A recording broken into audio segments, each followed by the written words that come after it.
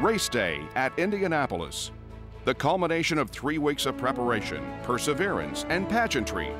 But the story of the 2008 Indianapolis 500 really starts months before the first transporter ever pulled into the speedway.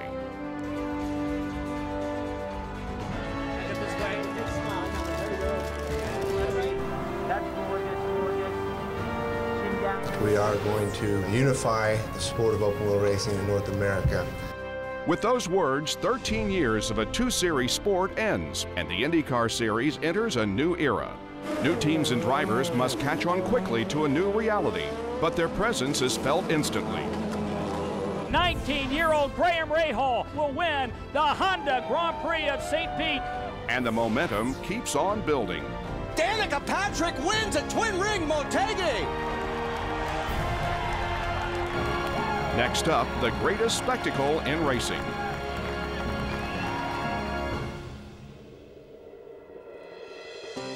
As May dawns, you can feel the buzz in Gasoline Alley as new faces and old move into their home for the next month. A bumper crop of new drivers make the 2 days set aside for Indy 500 rookie orientation a busy affair. Many come to the Speedway with strong pedigrees, but all must prove their worth on the unforgiving 2.5-mile oval. Quick question, do we catch these guys out the pit lane? Yep, they're all out there running now, so walk on out and hop in any of them that are running. However talented you are, there's no substitute for experience. Rookies can only hope that a little experience rubs off as 4-time Indy 500 winners Rick Mears and Al Unser take drivers around the track for tips on the best way around the Speedway. The weather for day one is perfect. Mayor Ballard waving the green flag. Ladies and gentlemen, the Indianapolis Motor Speedway is officially open. Eyes on the racetrack.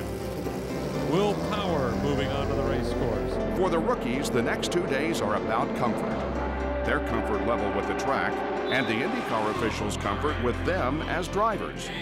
This place is unique and everyone tells you so many different things before you get to run, so you get to a point where you don't know what to expect or who's right and who's wrong. Today was more about when you get out into pit lane and you look down at the track the right direction and you see turn one, and that's the cool part.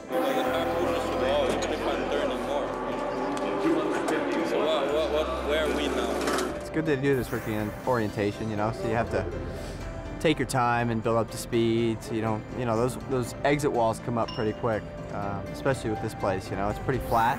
When you get out to the exit, it really unloads. Some lessons are learned the hard way. And the car just breaks loose in the middle of corner number 1, and he had a very, very hard impact with the wall with the rear end of the car.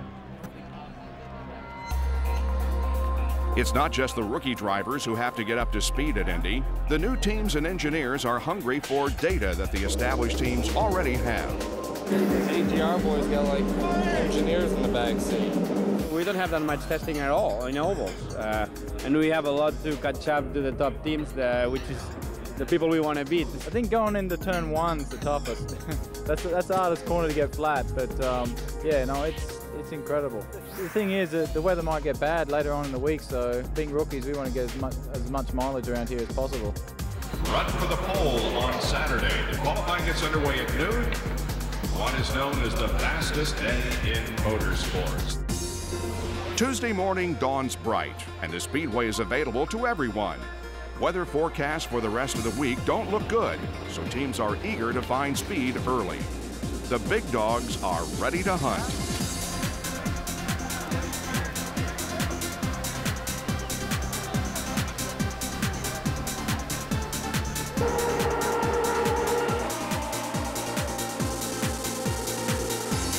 While the heavy hitters start aiming at the pole early, the newcomers have to take a longer view. It's good, but we still need to get a couple mile an hour on these top teams. We're slowly building on it. I mean, the car feels pretty good. Again, it's like one little step at a time, and we don't want to take any big jumps here. And usually the people that do that find themselves in trouble. We're just going to have to solve thousands of little things that are going to come up. I mean, the fact that the car is running well, it's a miracle. After plenty of activity on Tuesday, Wednesday is a washout. Thursday is no better. I wanted to go play golf if we got a day off and it was sunny, but of course that doesn't happen. After 2 long days of waiting, cars make it to the track on Friday. Teams make up for the lost time. It's even quicker for Kanaan. 226.688. Tony Kanaan at 226. Scott Dixon in the 225 bracket at 225.555. And we've got a leader, a new leader atop the leaderboard. It is Marco Andretti. Marco at 226.710. Some fall farther behind.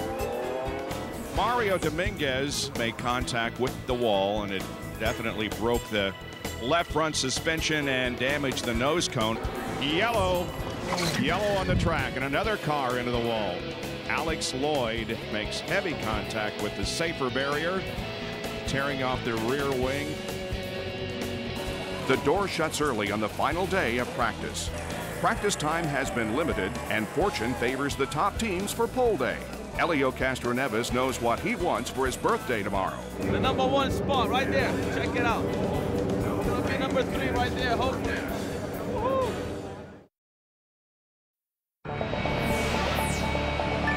Rain spills over into pole day as a wet track delays the morning practice session. When drivers finally get out, Marco Andretti throws down the gauntlet. Then Marco Andretti goes to the top over 228. Now Marco is at the top of the speed chart. Every driver today gets up to 3 attempts to claim one of the 11 spots the rules make available on pole day. For some, just earning a place on the grid today will be a measure of how far they've come in a week. For the top teams, it's all about bragging rights. Plus, the $100,000 doesn't hurt. Okay, Ryan, you're going to be our first qualifier today. Go right up on the racetrack at the end of the wall here. RP and Cindric are at the north end. If they want you to start the run, they'll wave the green flag second time by. Weather conditions are near perfect to start the day, and the action is non-stop for the first 90 minutes. So here comes Ryan Briscoe, the young man from Sydney, Australia. He'll come across the yard of bricks with a 4-lap average of 224.833. Mark it down. A little disappointing to a lot of people, Mike. I think they thought they'd see some big numbers today, but Bob Jenkins, as it goes by, you were in the 224 bracket again. Not going to be what we expected from Marco. 4 laps to completion. Put a number up there. That's going to be nowhere. Well, we'll see what Dixon's going to do. Here he is taking the checkered flag. Scott Dixon completes the run. 39.965. He's #1 right now. Good? Yeah, it's easy. Graham Rahal. The average speed, 223.355 for Graham Rahal. Graham Rahal with a quick word from Paul Newman. Checkered flag waving for Hideki Muto. Lap number 4 completed. Move it up to the rope. Here's the checkered flag for Ryan Hunter Ray.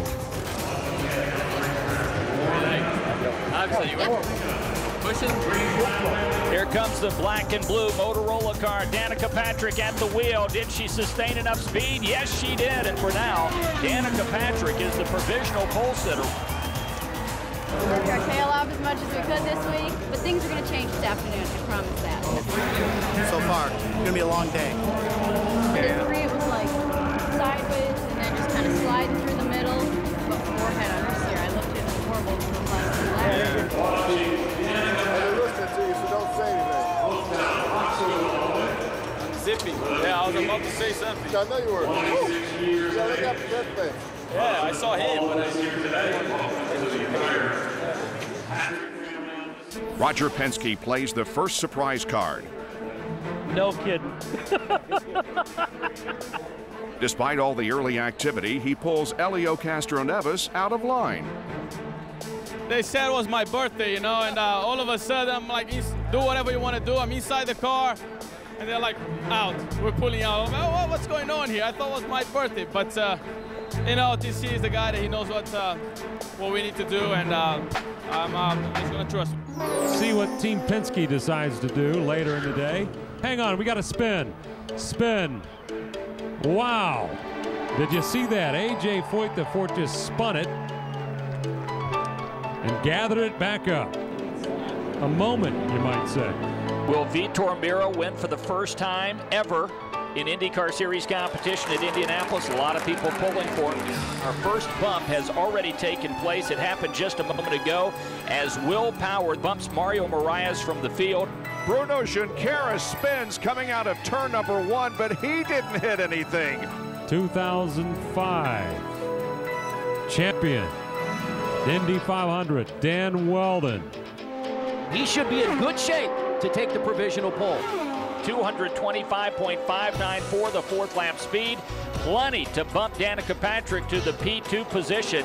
Dan Weldon goes to number 1. Thomas Scheckter, the average speed 223.779. Thomas Scheckter qualifying for the 7th time at Indianapolis. Here comes Tony Kanaan across the line, but a problem on lap number 2 for Tony Kanaan. Going to cost him a shot at the front row. Yeah, I had to do a little lift, so that made my lap very inconsistent, but it's not bad for a guy that hasn't run the setup, and I went straight to qualify, so we'll make it better. Ed Carpenter, he is fast enough to bump his way into the field. Good job, man. I don't know if that'll stick or not. We just watched Ed Carpenter bump his teammate, Davey Hamilton. And now Justin Wilson takes green flag, trying to bump his teammate, Graham Rahal, from the field. Not going to be enough to bump the 06 car, his teammate. When the dust settles on the first barrage of pole day, 11 drivers have staked their claim to the starting field. 5 are now on the outside looking in. Yeah, 10-4. Do you have any drivers in their cars in pit lane ready to practice? I'd like to do a quick TI and then we'll open it up. The track reopens for practice and gets busy. Unlike most pole days, the track is not losing speed in the mid-afternoon and may actually be improving a bit as practicing cars lay down a groove. At 3 p.m., Team Penske surprises many and rolls out the 3-car for an assault on the pole. Farther down pit road, Indy 500 legend Mario Andretti discusses pole day strategy with his grandson.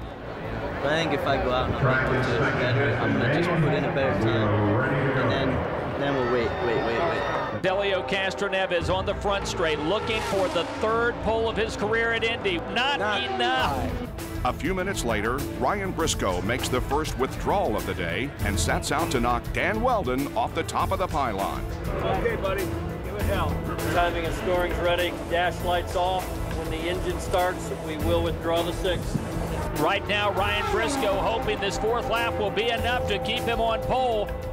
It will be. Team Penske has 2 cars on the front row as Briscoe takes over the provisional pole.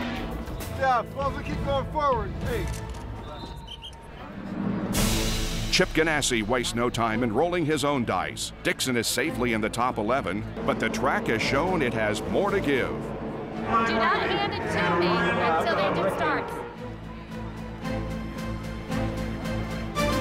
Charging to the checkered flag. Here he is, Scott Dixon running for the pole. And he did it. He did it. Scott Dixon takes over the provisional pole. Wow. The target is set, but the only drivers within shooting distance are going to have to make the hard decision to give up their place in the field for a shot at the top. And here he comes, checkered flag, Marco Andretti, 7th, inside row number 3. He's not happy with the run, but 2 more miles per hour will be hard to find. Well, you did the right because you bumped off a bit, you know what I mean? How was it? So it's understeer in turn 2 and so loose in turn 3. The decision is to sit the 26 car for the rest of the day.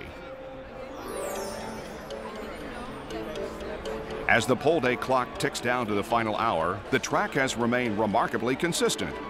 It starts to look like nobody's going to find anything extra for an assault on Scott Dixon's pole speed. On the other hand, the forecast for tomorrow looks horrible. If you can make the top 11 today, you lock yourself into one of the first 4 rows. Across the yard of bricks for Muto, he's got more than enough to bump Graham Rahal from the field of 11. Rahal Letterman Racing, Ryan Hunter-Ray. Crash, heavy contact with the wall. Ryan Hunter-Reay. He just hit the wall. Then, a surprise. Want to be in Vegas? We're in Vegas, baby. Talk about rolling the dice. Boy, this is really taking a shot. He is giving up an outside front row position to go for the pole. Chip Ganassi says, let's go for it. Checkered flag for Dan Weldon. Did he do it? He is second.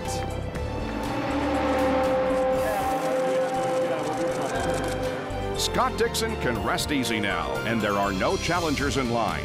But back in 11th, the new qualifying format has Thomas Schechter counting the seconds to hold on to his starting spot. Come on, pull it! Schechter celebrates. But Scott Dixon takes home the big money. Pole Day 2008 proved as unpredictable as the weather in this strange month of May. Rain has prevented us from doing the second day of qualifying, positions 12 through 22. The third day of qualifications, we'll do positions 12 through 33. The return of the rain means all 22 remaining positions will qualify next Saturday, weather permitting.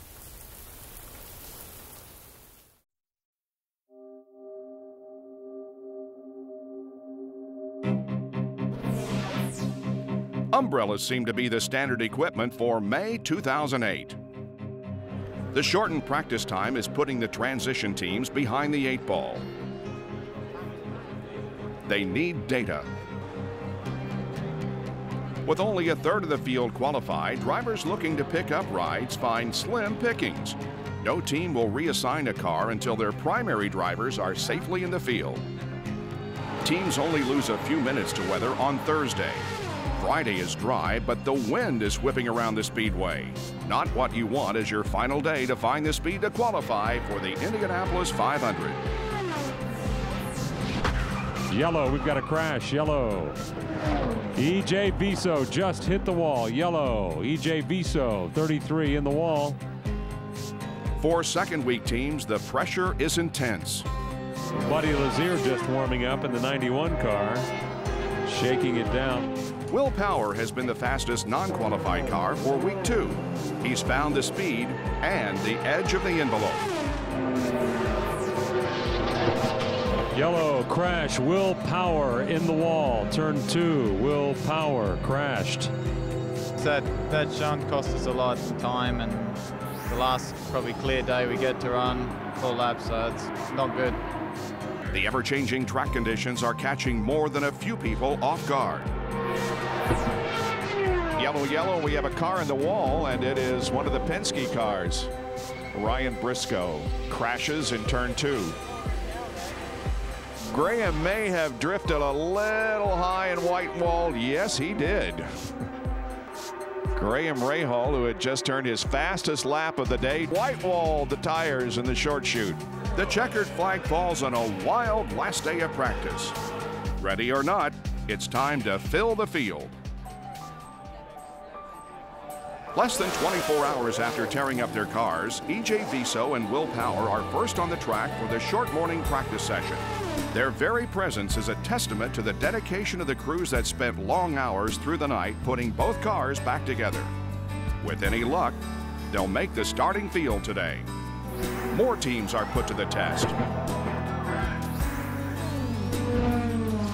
Their crews will get little sleep tonight if they want one last chance on bump day.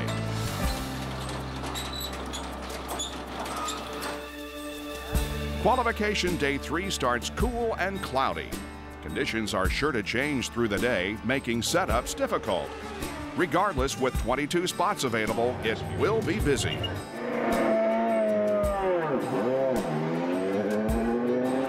Now here comes Will Power, and his qualifying run completed. Junqueira, former pole sitter here at Indy. Now he's back in Indy for the first time since 2005. Bruno Junqueira. Well, let's put the 19-year-old to the test now. Graham Rahal. Unfortunately, some raindrops along the main straightaway here at the racetrack. True to form for 2008, the rain drops by for a short visit. Just as a reminder.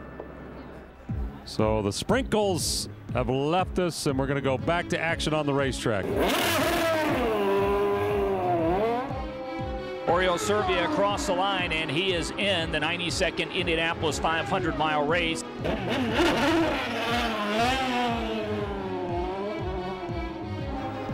Checkered flag waving for E.J. Viso. It's clear right now, track's good. Right up on the racetrack at the end of the pit wall here. Green flag will be second time by. 4 laps to completion. Give me 4 smooth ones. Bring him to the checkered flag as Townsend Bell qualifies. Congratulations to Buddy Rice. That puts him on the outside of row 5. Justin Wilson. Wow, great first lap. John Andretti, he qualifies in the middle of row 6. Way to go, John. And we have 22 qualifiers. Alex Lloyd is in the show. Looks like that speed is going to be solid. Ryan Green, second time by. Track temps are up a little bit with the sunshine, but you got a good racetrack. Alex just went faster every lap, just like 4 smooth practice laps. Bring it home. Enrique Bernoldi takes the checkered flag. A.J. Foyt, the 4th, had an issue, so he pulled it off. Yeah, that car was a little loose coming out of the corner there. That'll get your attention. 220 miles an hour. Checkered flag for Davey Hamilton, qualifying for the 8th time at Indy.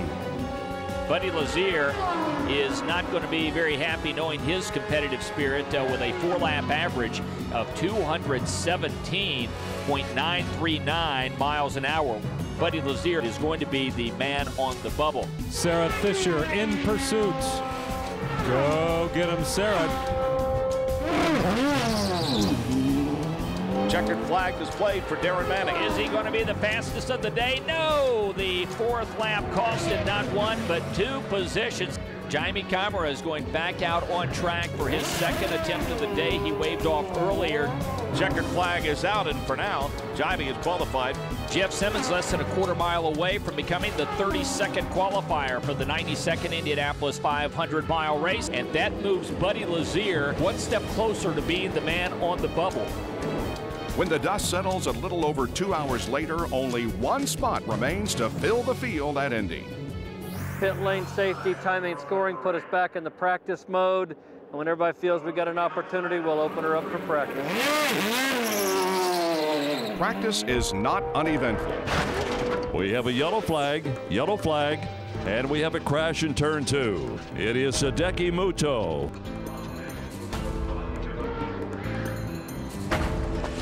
We have a yellow crash on the course. Phil Giebler has found the wall also and seriously damaged the left side of that machine. A.J. Foyt, the 4th, holds off until the last 15 minutes to pull it back in line for his 2nd run of the day. Okay, there's the first practice lap right now. There's a good look at the shadows in turn number 1. Marty Roth on deck. He's going through tech, and there is sufficient time now, assuming that we don't have some sort of an incident that would slow things down. Obviously, there's some kind of a problem with that car. Wouldn't go into 2nd gear, then went straight from 2nd to 3rd. Trying to get up to speed, it just kept on jumping around gears, you know, it just bad timing, I guess, you know, it wasn't meant to be for us to get out there today. Marty Roth takes the last spot at the end of the day. As the slowest qualifier, he officially puts himself on the bubble for tomorrow. He'll need more speed. Bump day at Indianapolis. For drivers, the most exhilarating, nerve-wracking, and heartbreaking day in all of motorsports. Survive today and you are one of the few to compete in the greatest spectacle in racing. Fail, and hours, days, weeks of preparation, hard work, and sacrifice mean nothing. You go home. If you love racing, don't miss bump day.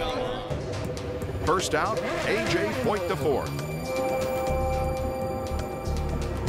So A.J. Foyt, the 4th, will become the first qualifier on bump day. After finding some speed, Marty Roth counterpunches 90 minutes later. And here's the checkered flag for Marty Roth. How'd he do in the last one, Bob? And that was his fastest lap of all. Buddy Lazier is out. Marty Roth is back in. The 1996 Indy champ is out of the show for now, and the team is not having luck finding the speed they need. After some practice, they pull it back in the garage for major work. Speaking of major work, yellow, a car into the wall. Some pretty good impact after a big fireball from the back of Foyt's car. AJ can only hope his bump day speed holds up for the rest of the afternoon. He won't be back out. At 4:23 p.m., Mario Dominguez burns one of his 3 attempts in an effort that doesn't come close to bumping Roger Yasukawa from the field. But it could be good practice for later. Speeds are picking up, and Yasukawa knows it. At the very least, Roger Yasukawa knows if somebody comes out there and bumps him, he knows he can go back out there and, in all likelihood, bump his way right back into the field. With a half hour left in qualifying, the Himmelgarn team think they've found something. With the clock ticking down, they push the 91 car straight from the garage to the qualifying line. He's going to need back-to-back laps at high 218s just to average out at 218, and it's not going to happen as lap 3 is slower, and he's going to wave it off, so the yellow flag comes out. The 91 car still has time to get back in line, if they can figure out where to find another 2 miles an hour. Dominguez, it looks like, will be fast enough, but it looks like he will also be on the bubble. With 25 minutes left in bump day, Mario Dominguez bumps in and bumps out the 98 car. Yasukawa pulls out to answer back. Yasukawa. Let's see if Roger is successful here in the final lap. He's got a long way to go to do it, and he did not. With Mario Dominguez sitting on the bubble and time running short, Marty Roth makes a tough decision and takes his car out of line. Roth gambles that his 32nd fastest speed will make the field. Ready to show, baby. Yeah. Cool. With less than 10 minutes left, heartbreaks multiply. Heartbreak for the Rubicon team. Max Pappas ready to go. They have a clutch issue. A clutch issue for the 44 machine. They're pulling Max Pappas out of line. Roger Yasukawa. He looks at the checkered flag. He's going to need 218.5 or so, and he didn't get it. Less than 15 minutes have passed since Buddy Lazier waved off his first attempt to bump back into the field. But did he find the speed he needs? He does well under pressure. The checkered flag is out for 96 500 winner Buddy Lazier. More than fast enough, the 4-lap average for him to jump into the middle of row number 11. For rookie Mario Dominguez, from opening day to now, for all the hours of practice and testing, all the work of the last 2 weeks comes down to this moment. And here comes Mario Dominguez to complete lap number 1. Is it going to be fast enough? Yes, it is. Way fast enough. Oh, and he crashes. The gun has sounded. Qualifying is over. Marty Roth makes it. Mario Dominguez was fast enough, but the car crashes in turn number 1, and it's all over.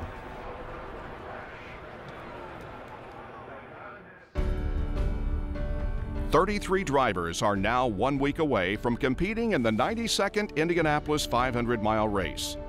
But until then, there will be plenty of pictures and parties and plane rides. Wild, bumpy ride. That's exactly what it was. I feel bad for the guys that didn't make it, you know. They're all great race drivers and great race teams, and I know they'll be back. They'll be back.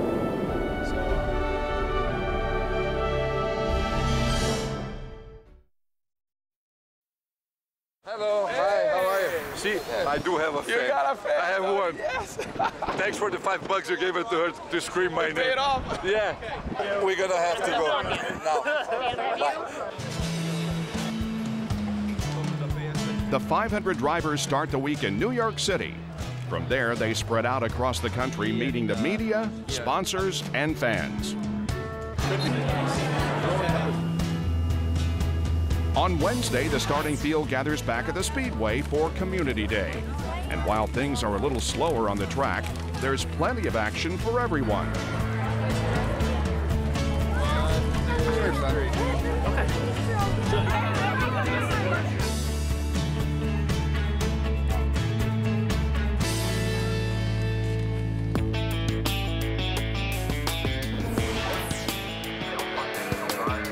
Crowds mix with clouds on Miller Lite Carb Day. Drivers get their last chance to practice before the green flag falls on Sunday. The skies open up early and bring a quick end to the practice session. While it doesn't dampen the spirit of the crowd, it does wash out the Freedom 100 race for the Firestone Indy Lights cars. And it forces the cancellation of the McDonald's pit stop competition for the first time in its history. What a difference a day makes. The drivers' meeting on Saturday is postcard perfect. A few awards are handed out, drivers get their starting rings, and their final instructions from IndyCar President Brian Barnhart. For the start of the race, as I said, green is third time by. The pace car will... The day before the Indianapolis 500 ends with a bonus for the Saturday fans. After the Carb Day rainout, the Freedom 100 runs under sunny skies in the afternoon. It's a little taste of the race that's less than 24 hours away. Dylan Battistini wins the Freedom 100.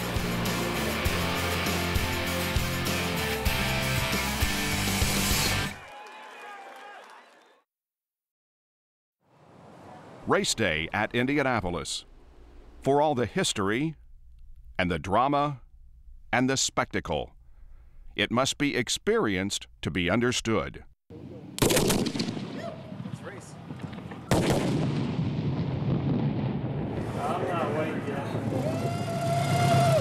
Indy, baby! Hey, this way!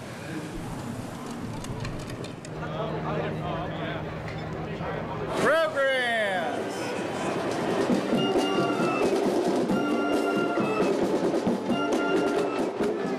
Morning!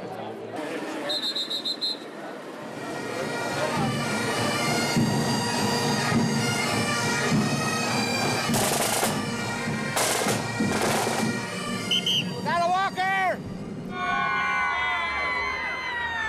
We do you all proud, but I'm so excited to be here.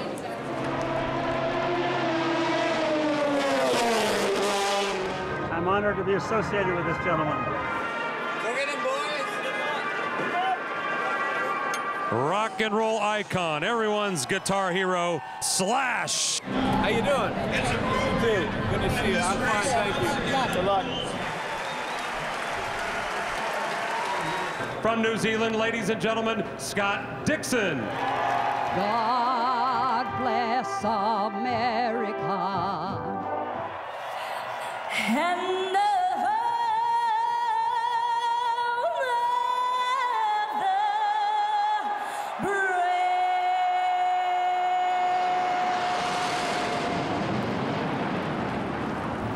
This day, we ask a special blessing for our drivers, their mechanics, crews, and their fans. Keep them and us safe.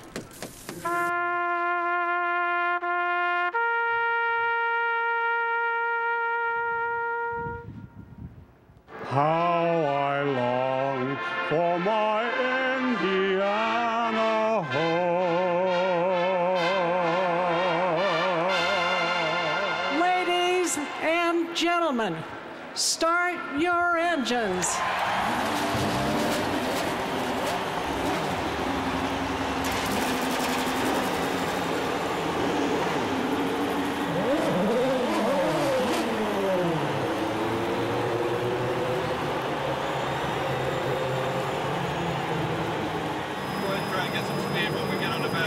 Because it's probably easier for them to line up.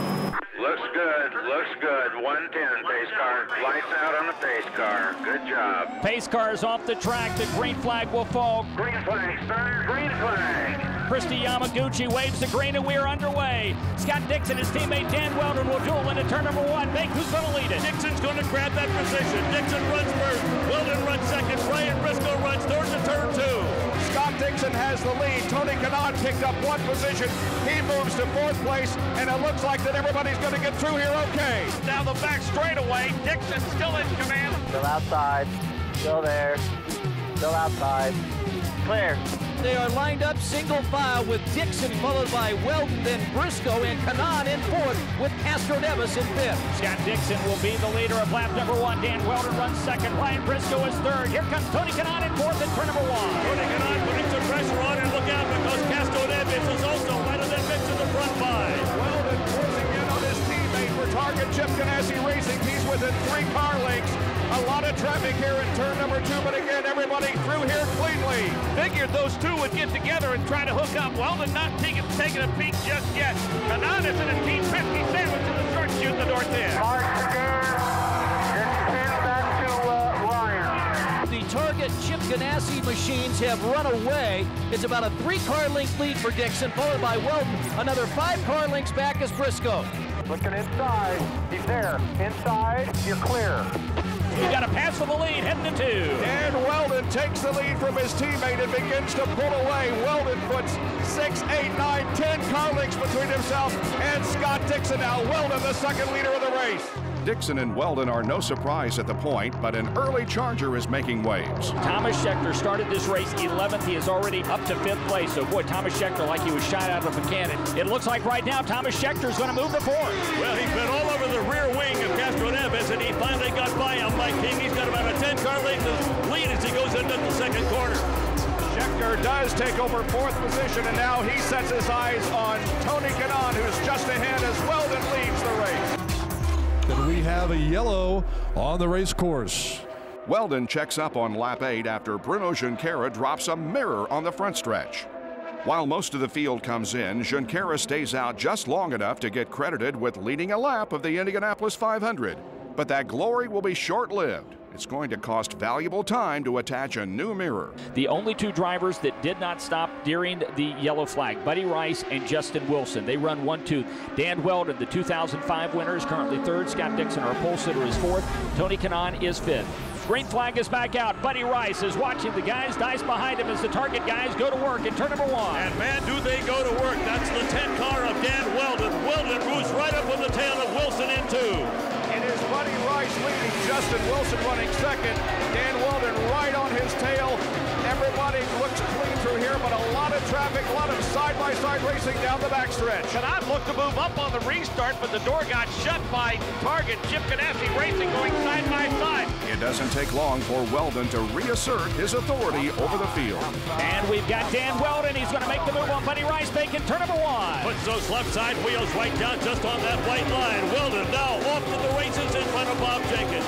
Dan Weldon, once he got by Buddy Rice, he took off like a shot. Scott Dixon is running 3rd. Justin Wilson is still in the 4th position as they head for 3. Scott Dixon, I don't think, will be 3rd for long. He pulls right up on the Buddy Rice in 2nd place, and he'll whip right around it at the center of turn number 3. Justin Wilson coming from Tony Kanaan in the short chute. Rice and Wilson pay the price for the gamble. The track stays green as they are forced to pit. 32 laps are being shown complete, and here they come. So Justin Wilson is in. He was in 3rd place. Back in 6th place, Ryan Briscoe's race just got tougher. They worried about the car. Got a problem with it?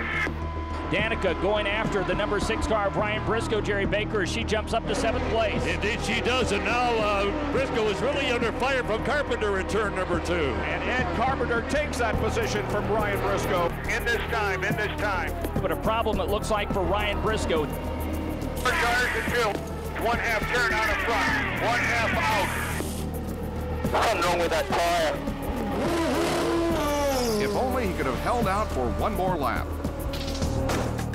Oh, we got a problem up 4. Graham Rahal, the 19-year-old son of 1986 Indy 500 winner Bobby Rahal, has made contact, and it looks like we see the black mark just at the exit of turn number 4. There on the safer barrier, so our second caution of the day flies on lap 37 for the single-car incident involving Graham Rahal. The 20-lap green flag run gives teams their first real chance to evaluate their car setups. We're just a little bit out of adjustment on being a bit loose, so we a half a turn of front wing out of something. Out front by itself it seemed not bad, but in traffic it gets a little happy. Don't make a big change, just a small change please. Pits are open, we will pit on this lap. How's your car? It's understood mid to exit, but then whenever I try to do anything in the car to help that. It makes it loose mid-corner. Our front tyre pressures are up a bit. I've cut down 1 PSI on both of them. Maybe we'll just give that a try. Yeah, let's just try tire pressures, little changes. I don't know what I need, but I need a little less understeer. Maybe a half a turn of front wing. I don't think the front wing will take any more right rear tire out of it. I think it'll just help us in traffic. Okay, just leave it. The track might change too. 3, 2, 1.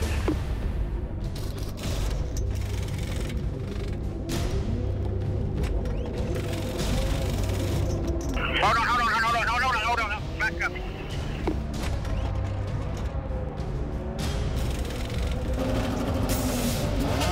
Okay, watch your miss. The 7 car gets hung up and drops Danica in the middle of the pack. But that's a little bad luck that A.J. Foyt IV would gladly trade for. Fire! The car is on fire. It's the number 2 Vision Racing machine, the Lilly-sponsored car of A.J. Foyt IV. The fire and safety team are dousing the number 2 car of A.J. Foyt IV with all kinds of fluid, fire extinguisher, water, and they are trying to get the fire out on the car. It looks like they have done so, but there is a lot of fluid that has now been laid down. Foyt climbs out of the car and the crew starts toweling it off so he can climb back in and return to the race. Let's hope the gremlins of May finally leave him alone. The green flag flies for lap 45 and the pair from Target Chip Ganassi Racing resume their relentless pace. We've got a battle for the lead. Dixon and Weldon in turn number 1. They are stuck together as they have been throughout this race. Tony Kanaan runs third with Scheckter in the midst of everything in turn 2. Scott Dixon by about 6 car lengths over his teammate Dan Weldon. Running in 3rd position is Tony Kanaan, who's been very strong, hanging in there right at the front of the field. The field settles into a rhythm that features 2 Target cars comfortably in front, though Dixon does get a little surprise. Closing. Gonna go inside. He's there, inside. You're clear. The battle for the lead in 1. Battle will fall off just momentarily, and Scott Dixon will maintain that lead. Dixon already out in front by a couple of car lengths. What's he doing? Does he want to lead all these laps or what? No, Dixie, no, my bad. He's still in fuel position 1, Scott. I repeat, he said that was his fault, Scott. Yeah, could be that. If he wants to lead, he can lead, man. I think you're good right now. You know you're hooked up in Indy when you can lead the race and not need your full rich fuel position. 54 of 200 laps being shown complete. Scott Dixon, Dan Weldon, Tony Kanaan, Thomas Scheckter, and Marco Andretti, your top 5. And we've got a car into the wall. The 25 car, Marty Roth hits the wall. But Marty Roth isn't the only casualty. You okay? Yeah, I think I hit something on the nose, but it's okay. We need a nose. I can see the front wing's broke. The right front wing's broke. We need a nose. How bad is it? It's done, Elio. Forget about it. Broke halfway. Just one side. Just the right side. So you want half a turn of front wing up? And 4, just on the right side. Copy, we got it. Thanks to quick pit work by the Penske crew, a complete nose job only cost Elio 8 spots. The green comes back out on lap 72. The Target drivers swap positions at the point over the next few laps. 150 miles into the Indianapolis 500, and no one seems to have an answer for the domination of Chip Ganassi's racers. Car on the wall, heavy contact in the wall. Yep, turn 2, yellow. Jamie Kamara making contact. Scott, back it down.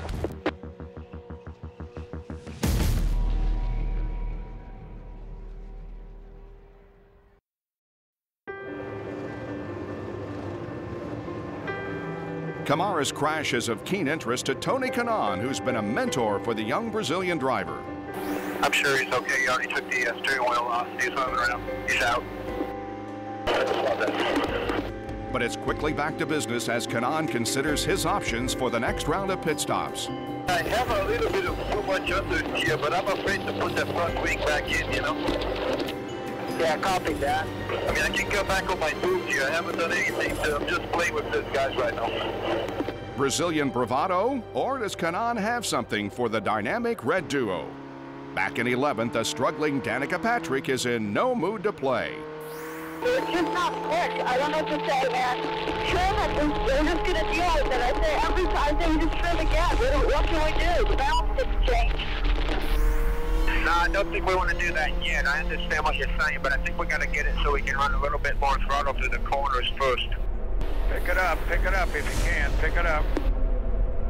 Pick it up, guy. Pick it up. While many are happy for another pit stop to fine-tune their rides, Ryan Briscoe stays out to beat Dixon to the line and back on the lead lap after his early race emergency. All right, buddy, we got that lap back now. Good work. Excellent pit work gets the leaders out of the pits just like they went in. But the next few laps will tell how close to his chest Tony Kanaan has been playing his cards. And it's Dixon, Weldon, Kanaan, Andretti. Here they come. Already, Dan Weldon diving to the inside. Dan Weldon goes back to first just like that. Meantime, Tony Kanaan looks like he's going to set up the 9 of Scott Dixon in turn number 1. He's been the hungry tiger all day long. He set him up beautifully. Mike King made the move. He's in second place right now. He has stayed up front all race long, and maybe now that we are near the second half of the race, he says it's time to make a move. He's second behind Weldon. Plenty of TK fans stood on their feet, started applauding that move. They're pumping their fist as he starts to draw a bead on the leader. Tony Kanaan within 3 car lengths of Dan Weldon. Kanaan in that 7-Eleven machine for Andretti Green Racing, now 3 car lengths behind Dan Weldon. Kanaan has him in his sight. Tony Kanaan drilling them in as they approach the yard of bricks. Less than 2 car lengths separate them. Here goes Kanaan to the inside in turn number 1, the battle for the lead. Makes the move and gets the lead. Tony Kanaan, the green and white 7-Eleven car, is out in front.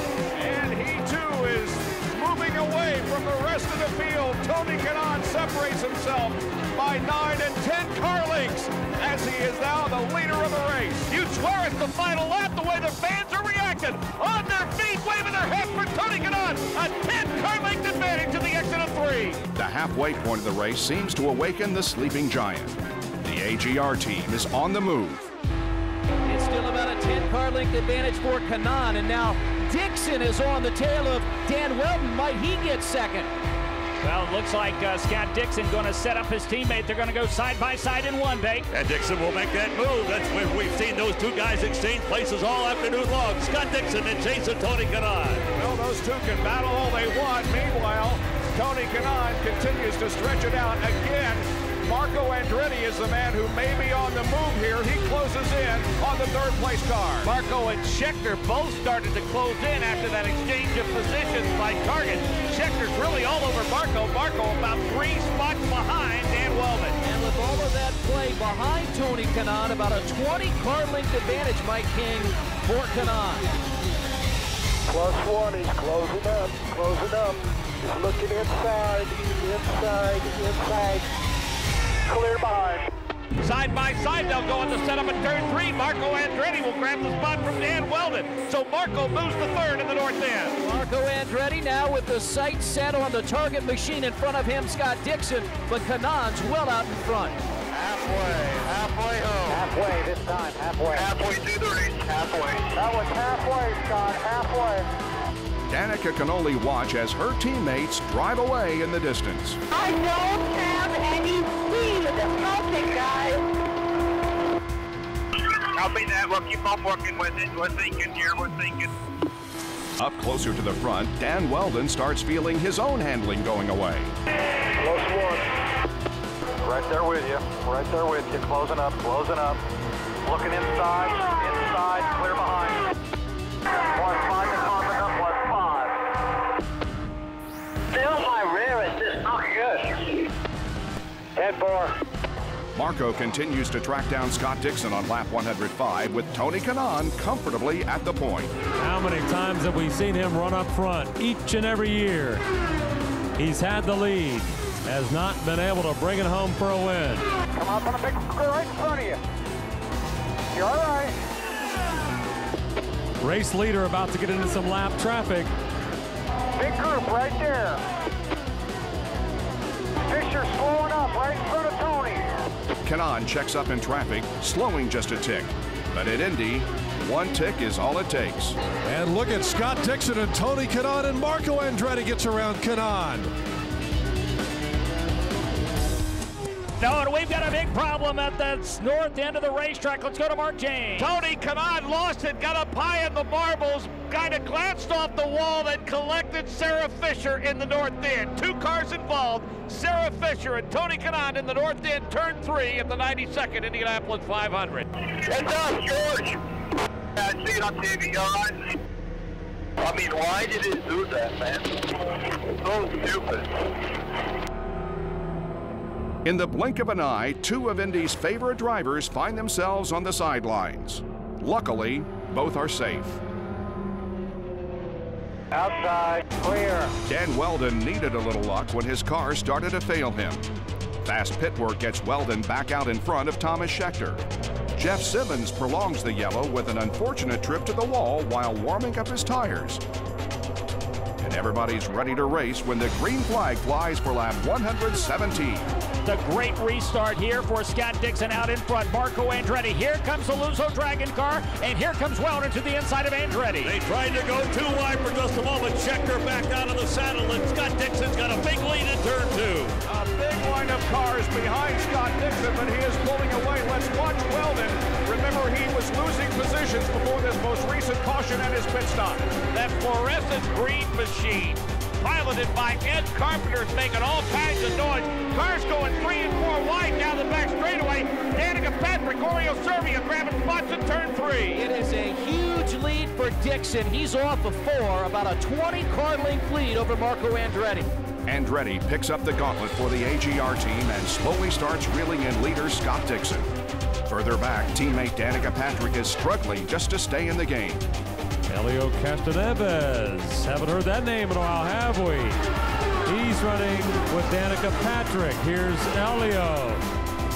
You got the penalty right behind you. Look at this, I've got no speed, people. Copy. Here comes the race for the lead. Scott Dixon and Marco Andretti. Less than a car length separates them. Marco going to set him up to the inside. The race for the lead in 1. And Marco is going to take that lead. He will get around Scott Dixon, and now he sets off in turn 2. Marco Andretti, to the crowd's delight here in turn number 2, pulls away from Scott Dixon, and yet another leader on the 500. This time it's Marco. And another pass for position. Thomas Schechter, and that number 12 machine gets to the bottom side of the number 10 machine of Dan Weldon. He'll grab third in the apex of turn 3. Andretti in that Indiana Jones machine. Everybody in the 4th turn waving their hands, cheering on Marco Andretti. He has the lead. Dixon about 5 car lengths behind Marco. Meanwhile, Vitor Mira slips around Ed Carpenter. He'll grab the 5th spot. Mira's charge to the front is matched by Weldon's retreat to the rear. The 10 cars' handling problems have returned, and not even a yellow may save him this time. Crash. Justin Wilson hits the wall. Crash. Justin Wilson hits the inside wall in the middle of the short chute. The car is still moving. The rear wing has been ripped off. Justin is okay, but the car is beyond repair. The leader pack on lap 133 is full of surprises with Thomas Schechter, Vitor Mira, Ed Carpenter, and Ryan Hunter-Reay keeping pace with leaders Scott Dixon and Marco Andretti. Dan Weldon and Danica Patrick are running together back in 7th and 8th, but their biggest battle right now is with their cars. Car is terrible, man, in turn 1.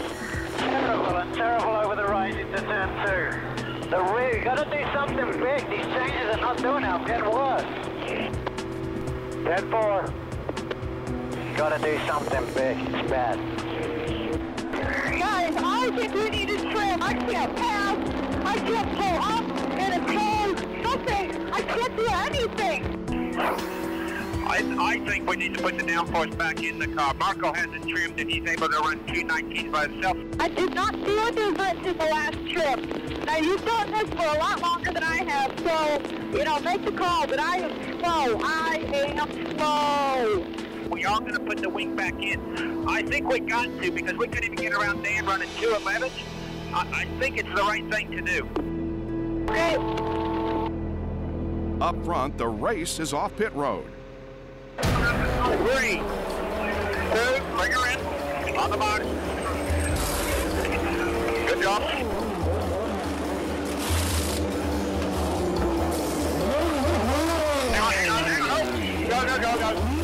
Marco front wing. Good job, guys. The congratulations are premature. Hey, Marco, you left before we got the rear done, so we've gone down a half a turn on the front wings. We did not get the rear done. No work.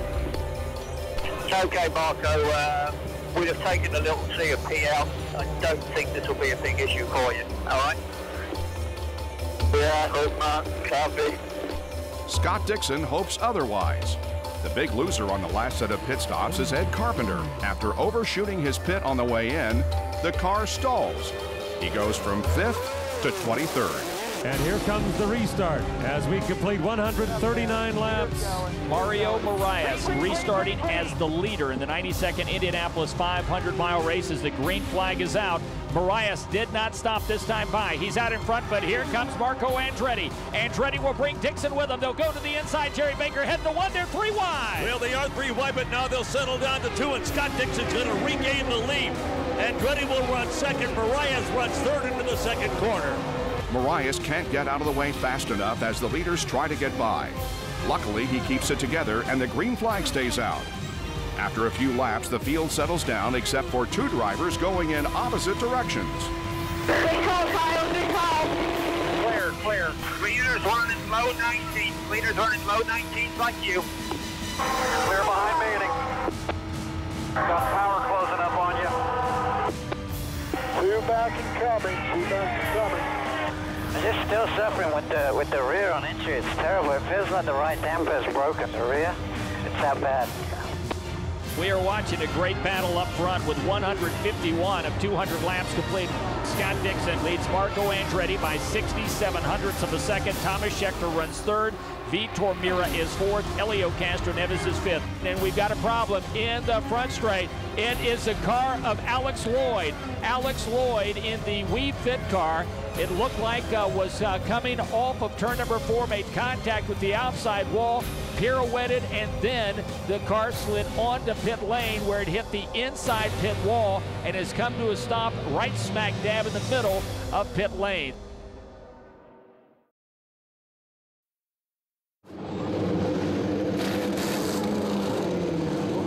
When the field pits on lap 156, Thomas Schechter's Indy 500 ends with a broken half shaft. Hang on, okay, we go. Hang on. A rear wing adjustment drops Marco back 2 spots. Dan Weldon's race may be over as the team pops the engine cover, but sends him back out to soldier on at the tail of the field. After going to the back during the last pit stop, Ed Carpenter chooses to stay out and assume the lead.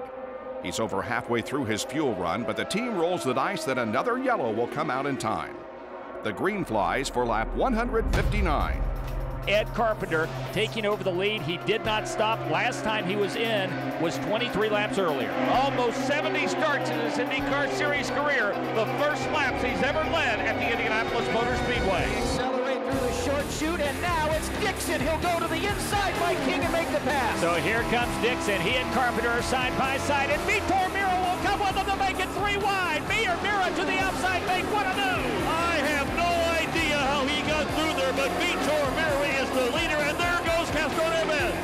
Meanwhile, Ed Carpenter has dropped to 4th position, but how about that Mira? What a move to take the lead. Anticipated that at the exit of turn number 4. You'd have to assume Vitor Mira leads the Indianapolis 500. It's a pass for the record books. Mira gets the jump on the restart, but does he have the speed to hold off the charging Scott Dixon? Vitor Mira is out in front. Jerry Baker, 164 complete. He leads Scott Dixon in 1. Well, he's getting some pressure from Dixon, but now he stretches it out just a bit. Still that front 4 pretty much checked out from the rest of the pack. Ryan Hunter-Reay, Ed Carpenter trying to catch them along with Danica Patrick. Mira runs strong for the next few laps. But is Dixon racing the 4 car or just biding his time? 168 laps now complete. 32 laps remain. The question now, Johnny Parsons Jr., when will we see the final pit stop for the 92nd running of the Indianapolis 500? We should see the final pit stop for most of the cars at about lap 187, maybe 185. We got a problem on the north end of the track, Mark James. Milcaduno, Buddy Lazier went through turn 3 together, and a great piece of driving by Milcaduno. It spun through the short chute in the north end, and she kept it off the wall. This is it. If the race stays green, these will be the final pit stops. If anybody has anything, this is the time to make it happen. Every second you spend, every move you make on this pit stop could decide your fate. You can hear the confidence in Vitor Mira's voice as the leader calls back to his crew. Still pushing, but good. Clear air. If we keep it cleaner air, we'll be flat all the way, all day long. But Vitor Mira doesn't have the corner on confidence today. How's your car behind Mira? Yeah, decent. I was running pretty lean there, so I didn't get really big toe up, but he seems pretty tripped out. Like his car's quite quick out front, so he will be difficult to pass, but I think we have something. With everyone coming in this late, the race off pit road probably should have a checkered flag of its own. Vitor Mira and Panther Racing with the pressure on to see if they can get it done here. Dixon comes into the pit second. Elio third. Fuel and tires for Vitor and the 4-car. And he's away. Watch your speed. Go. Oh, we got a collision in the pits. Let's go, guys. Let's go. On down there. Run down there. Let's see if there's anything wrong with it. Let's go. Pull it back. Get on. Keep it going. I'm dead. What a I need to start. We're going to need flat tires that will help the suspension on that left rear. There was a crash coming out of the pits. Ryan Briscoe came together with another car into turn 1. Danica Patrick is the other car. After battling all day to get a car she can drive, Danica Patrick's day ends in the pits. I don't know. I think it's over, guys. I don't think it's... Yeah, our left rear is great. Am I getting out of this car right now or not? Yeah, we're done. Well, Ryan Briscoe continues to sit on pit lane. Danica Patrick also still sits in. In fact, Danica Patrick getting out of the car. Her day is done, and she is not happy, and probably deservedly so. Danica Patrick is not very happy at all that her day has been ended after contact with Ryan Briscoe, and she walks down pit lane very, very briskly, Dave Arkerbright. She is indeed upset. The crowd giving her a great ovation as she walks. She keeps the helmet on. On the radio, she was quite animated with her disappointment, and it's just quite a chaotic scene here on pit lane. And she's walking down here, so just put your helmet, just put your visor down.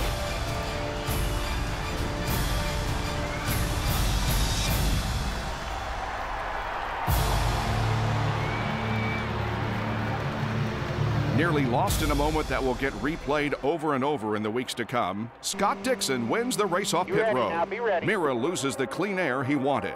Now, does he have anything for the man who has dominated this race from the start? 16 cars are still on the lead lap. Scott Dixon is the leader. Vitor Mira runs second. Elio Castro Neves runs third. Fourth place to Marco Andretti. Fifth place to Ryan Hunter-Reay. Dixon, Mira trying to get the jump. Elio Castro Neves, Marco in tow. I mean, it was very slow back there in the short chute at turn 4. There were cars passing each other, I think, well before they were supposed to. They're down the front straightaway. A cluster of race cars approaching us. Elio Castro Neves all over the rear wing of Vitor Mira. The battle for second and 1. He will not make the pass, but he is right up there as Dixon starts to check out of the second corner. Scott Dixon has a lead. Holy cow, what a terrific jam in turn number 2. They're 2 abreast, but everybody makes it through.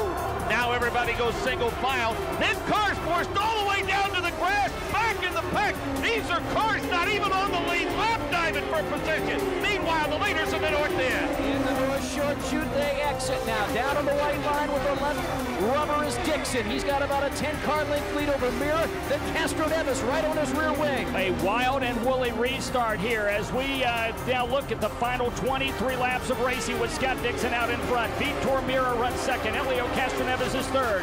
Marco Andretti is fourth. And Hideki Muto is fifth. As Mark James told us, cars now back in the pack, way back in the pack, battling for everything they can. Mark James is now, they're already the leaders, headed back to you at 3. Elio Castro Neves goes to the bottom side. Marco Andretti wants him. They'll go side by side in the battle for third. Marco has to lift, can't make the pass. Meanwhile, Dixon in 4. Castro Castroneves held off Marco Andretti. 1 through 4, it's Dixon, Mira, Castroneves, and Andretti. There are 7 cars that are still in the running here in a strong, strong way, and they're all chasing Scott Dixon. Mira runs second, 32 hundredths of a second back. Elio Castroneves is next. Marco Andretti, Hideki Muto fill out the top 5. Mira seems unable to shrink the distance to the leader, but he's not seeing much pressure from Castroneves in third.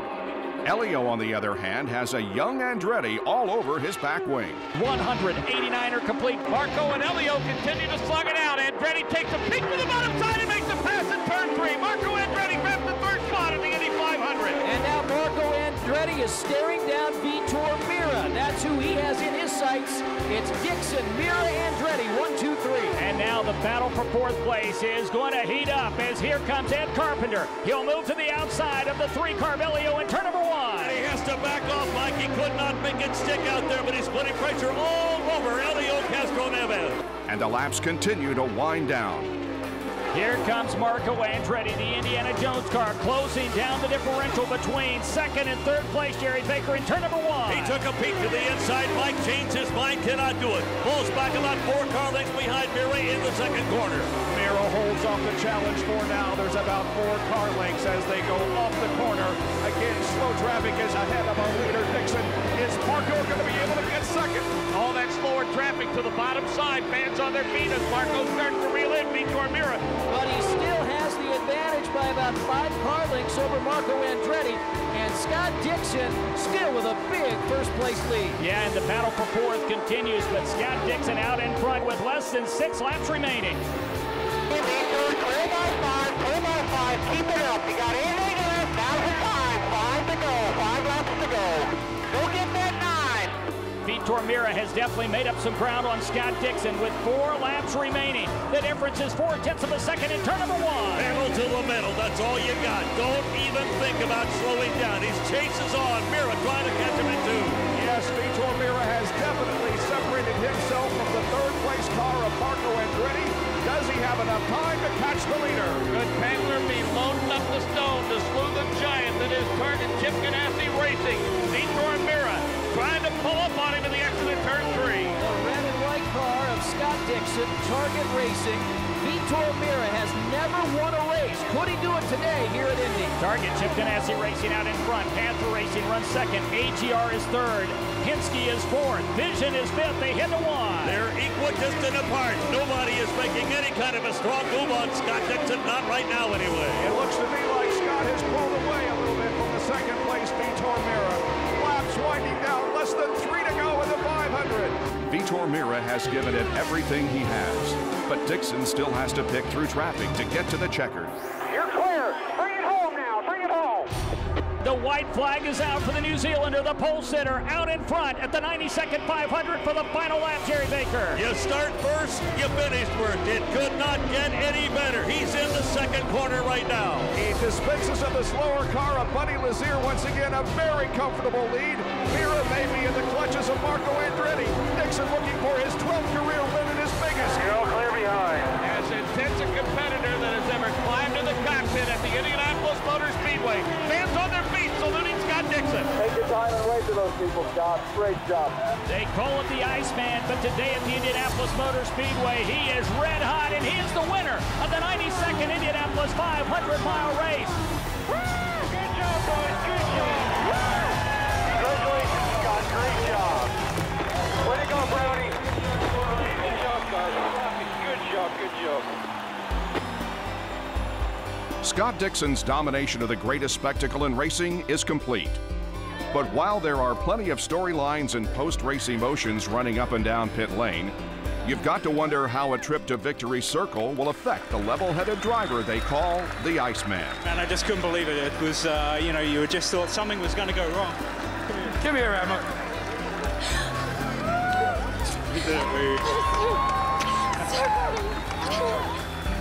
In the end, for Scott Dixon, winning the Indianapolis 500 is a family affair. Everybody kept telling us, you know, this is the year, this is the year. And this morning when I saw him before, about an hour and a half before he came out, it's the most relaxed I've ever seen him. So I sort of thought, well, maybe they're right. Amazing, absolutely amazing, because this is it, you know, for New Zealand and stuff. winning the Indy 500 is even better than winning the championship, so that's awesome. After 6 starts at Indy, Scott Dixon savors his first 500 win. But it may take a few days or even weeks for that reality to sink in. For team owner Chip Ganassi, a quarter-century of Indy memories are reflected in his appreciation of the moment.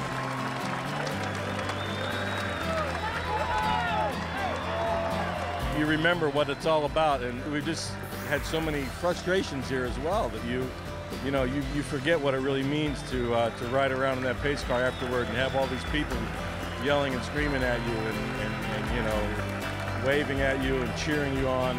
It's such a special place here in Indianapolis.